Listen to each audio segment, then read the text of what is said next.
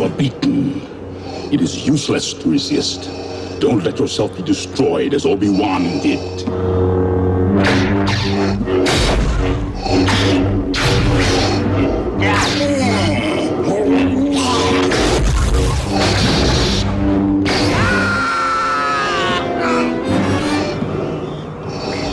There is no escape. And we'll start with a quote straight from the universe James Cameron created. Everything is backwards now, like out there is the true world, and in here is the dream. Jake Sully, totally torn between life in a wheelchair or freedom on an alien planet. Good evening, folks. We know the weekend's over, and tomorrow the grind starts again. But before all that, grab your popcorn and juice, because it's time for the second part of our weekly news segment, What's New with the News? Today's focus? Movies and TV series. On the big screen, we've got the third chapter of the adventure that began in 2009. Avatar, Fire and Ash. Leonardo DiCaprio doing his usual thing, one battle after another. And the sequel to one of the most shocking horror films of recent years, Five Nights at Freddy's 2. On TV, there's Vince Gilligan's new series with Apple TV+, Pluribus. More gladiators, blood, sweat, and bodily fluids, Spartacus, House of Ashur, and everyone's favorite clown back in episodic form, It, Welcome to Derry. YouTube, what about you?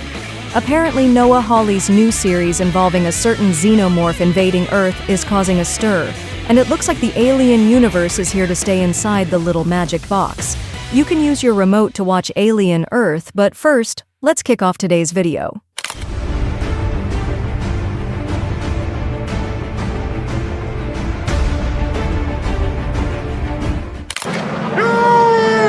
Shall not pass! 映画館お前ら街を守れ人を物を And let's kick things off with the usual live-action adaptation, Teens and Fistfights. The Windbreaker live-action movie hits Japan on December 5th, and they've already added 3 new faces to the cast. Filmed in Okinawa, the production basically rented an entire street and turned every shop into a massive set, because subtle clearly wasn't in the budget. Directed by Kentaro Hagiwara, written by Yosuke Masaike, and distributed by Warner. In short, a schoolyard brawl manga, now starring real people and extra large sets. Freddy Fazbear's Pizza. Definitely not the Freddy's I remember. You're thinking of the franchise location. This? Not for the faint of stomach. Brace yourselves to jump out of your seats. The first trailer for Five Nights at Freddy's 2 promises more nights of terror with Freddy Fazbear, now with 0 second chances. Emma Tammy and Josh Hutcherson return, joined by Matthew Lillard, Elizabeth Lail, and Piper Rubio. The first film grossed $297 million and became Blumhouse's biggest hit yet, despite critics whining about the lack of animatronics and scares. The sequel drops December 5th. A wise man told me once, fear can kill you or inspire you to action. Next up, an animated alternate take on The Dark Knight. Aztec Batman.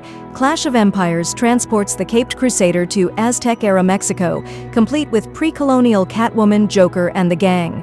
A young boy named Hawley witnesses his father's murder by Spanish conquistadors and rushes to warn Moctezuma. The film blends DC superheroes with Mesoamerican history and culture, available in Spanish and English. Premiere, September 19th, 2025. I heard you got to. Nice work, Baker. Who says dinosaurs aren't on the top of the food chain? Primitive War is basically Vietnam plus dinosaurs equals yes, please. In 1968, the Vulture Squad is sent to a remote jungle to find a missing platoon and discovers a Jurassic playground with no fences. Between T-Rexes and machine guns, the mission is simple: don't become lunch. With a cast full of familiar faces, it hits theaters August 21st, 2025, and promises to be more Jurassic World than Jurassic World. Very important to keep your cap shunted like this. so you don't accidentally detonate your charge. DiCaprio, Sean Penn, and Paul Thomas Anderson. Could be a comedy, but nope.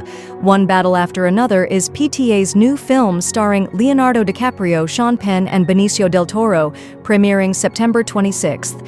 The new studio-style trailer gives us more plot.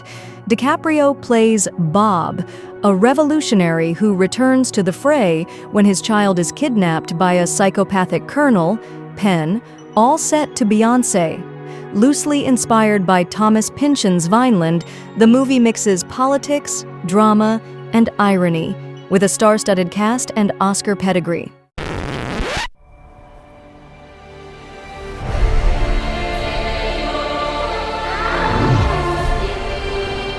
And finally, it's becoming a tradition.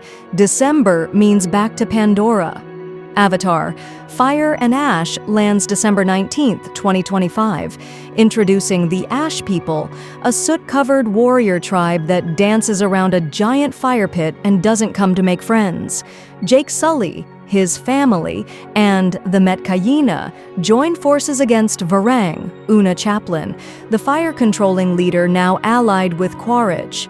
In the trailer, flames consume Pandora's forest, and Varang ominously declares, "Your goddess has no dominion here."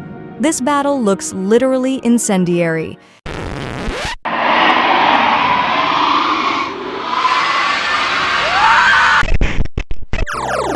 My family and I just moved to town, and we're looking for things to fill the place. So how are you adjusting? Let's kick things off with something to make your hair stand on end. And yes, it involves a certain clown. It Welcome to Derry premieres in October and already gave a 10-minute sneak peek at Comic-Con, and the message is clear: don't get attached to anyone, especially the kids. The opening follows a pacifier-sucking kid who sneaks out of a theater and hitches a ride with a friendly family that, of course, turns out to be it itself. Bill Skarsgård returns as Pennywise, and the series promises 9 episodes of pure pre-it terror, because Derry has never been a happy place.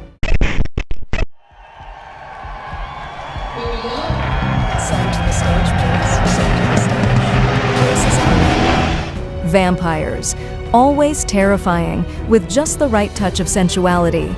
The 3rd season of Anne Rice's Interview with the Vampire arrives with Lestat in full rock star mode, literally. At the Comic-Con panel, Sam Reed dazzled in a teaser where he sings and wreaks havoc, while 5 new cast members were revealed, including Jennifer Ella and Christopher Heyerdahl. Fan favorites Delaney Hales and Asad Zaman also return. Reed admitted he learned the songs before even seeing the scripts and described Lestat as total chaos all the time.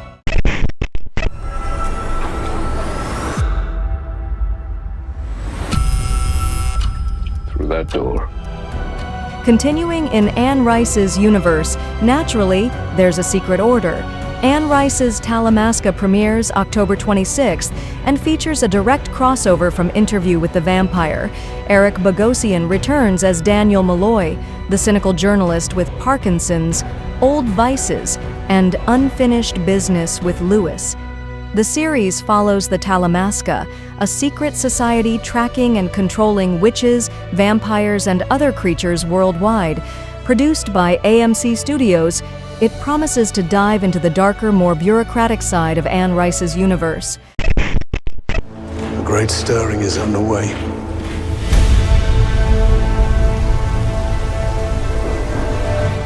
After vampires, nothing beats gods and demigods. Season 2 of Percy Jackson and the Olympians hits Disney Plus on December 10th, 2025, adapting The Sea of Monsters, the 2nd book in Rick Riordan's saga. Percy embarks on a perilous quest through the Sea of Monsters to rescue Grover, who's gone in search of the god Pan and ends up in the clutches of a legendary Cyclops. Walker Scobell returns as Percy, promising more mythological action and adventures worthy of the gods.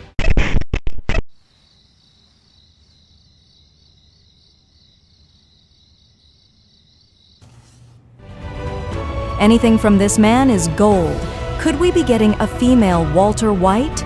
Pluribus, Vince Gilligan's new sci-fi series, Breaking Bad Better Call Saul premieres on Apple TV Plus November 7th, with episodes every Friday through December 26th. Rhea Seehorn leads as the world's most miserable person, who, ironically, must save the world from happiness. With Carolina Widra, Carlos Manuel Vesga, and guest stars like Miriam Shore, the series blends humor, drama, and damaged heroes, promising an original and witty adventure. You have been granted the greatest of honor. And we wrap up with the continuation of what we started last week. Spartacus, House of Ashur, the long-awaited Starz Gladiator sequel, arrives this winter, 12 years after the last episode. The Comic-Con teaser shows political intrigue, dramatic deaths, and all the Roman violence fans love. A sort of Game of Thrones with sandals and gladi. Set for late 2025 or early 2026, the series promises to capture both longtime fans and new audiences hungry for blood and power.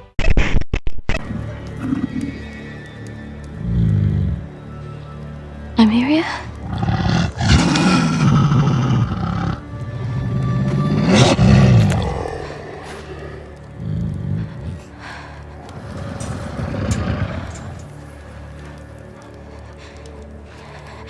Nymeria, it's me. Aya. We'll wrap up with a quote from the protagonist who gives his name to one of today's TV highlights. "I did not become a gladiator to die, I became a gladiator to live." Spartacus, with his unshakable determination, explaining exactly why his motivation is made of iron. And what did you enjoy the most? On the movie front, we're already used to spending the holiday season in Pandora with Jake Sully and his family, but this time there's fire involved. Literally. We had Leonardo DiCaprio, supported by a star-studded cast, playing a revolutionary. We had army soldiers fighting creatures straight out of the Jurassic era, and the sequel to a horror movie that's already pop culture, complete with its robotic participants. On TV, we got the first glimpses of another crazy Vince Gilligan production, double doses of vampires. Anne Rice's universe really is magnificent. Bill Skarsgård back as Pennywise, again, and a return to the arena, where some may die with honor, but never without political intrigue. Smash that like button, careful not to break it. Share the video with your friends. Have an awesome start to your week, and we'll be back tomorrow to close out the weekly segment. See you then, folks.